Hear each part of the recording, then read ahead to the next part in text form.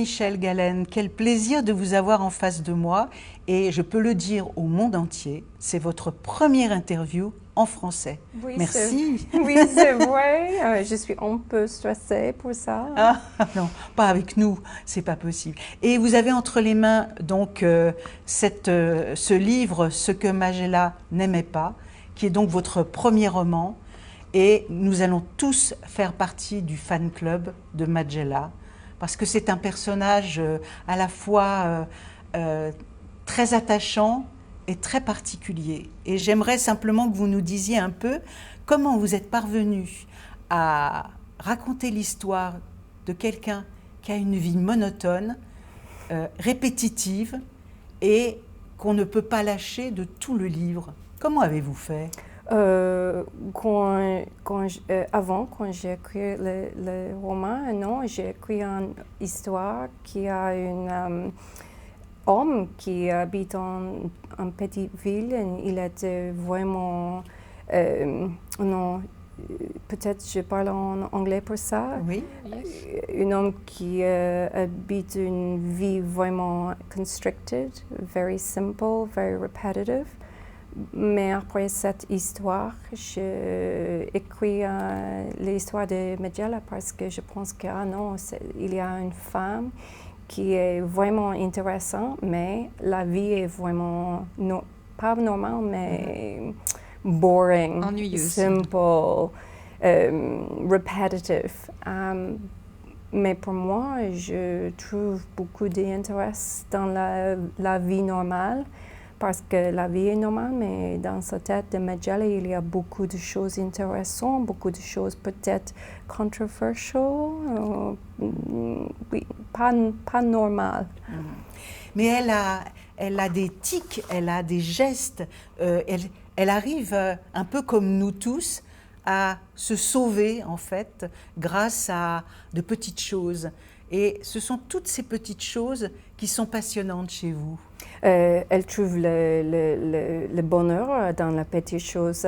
Elle mange la même nourriture, elle fait la même chose, mais elle trouve happiness in the small moments. La joie. Elle a eu une vie vraiment difficile, oui. La maman de Majella, elle est un alcoolique. Elle est fâchée, elle n'est pas gentille avec Majella, mais Majella travaille dans une...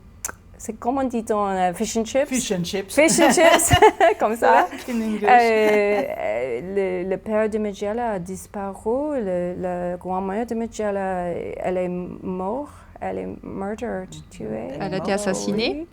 Oui. Mais pour Majella, elle veut habiter la vie comme elle veut.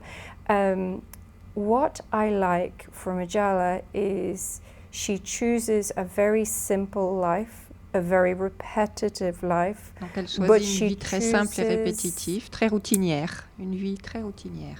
But she chooses to enjoy what she can. She enjoys food, she enjoys sex. Donc elle essaie d'apprécier tout ce qu'elle peut, le sexe, regarder les gens, vivre. Et ce qui fait que vous êtes dans un festival du roman noir, c'est justement ce mélange entre la difficulté de la vie et sa volonté de rester vivante. Et puis il y a aussi tout ce qui se passe derrière, c'est-à-dire les vestiges de la guerre, des événements. Et ce qui fait que ça fait un roman noir, ça aussi. Quand j'étais petite, j'ai grandi dans la guerre dans l'Irlande du Nord. C'était une vie un peu terrible pour quelque chose, mais aussi c'était une vie où les gens parlent beaucoup et rient beaucoup et rire dans le temps vraiment difficile. Et pour ça, je veux écrire dans le temps difficile, mais avec la vraie comédie, tu me comprends? Mettre de la comédie, de l'humour dans ces choses difficiles. I think, oh non, je suis un mélange de anglais et français. For me, it's very important Pour moi, c'est très for important. survival.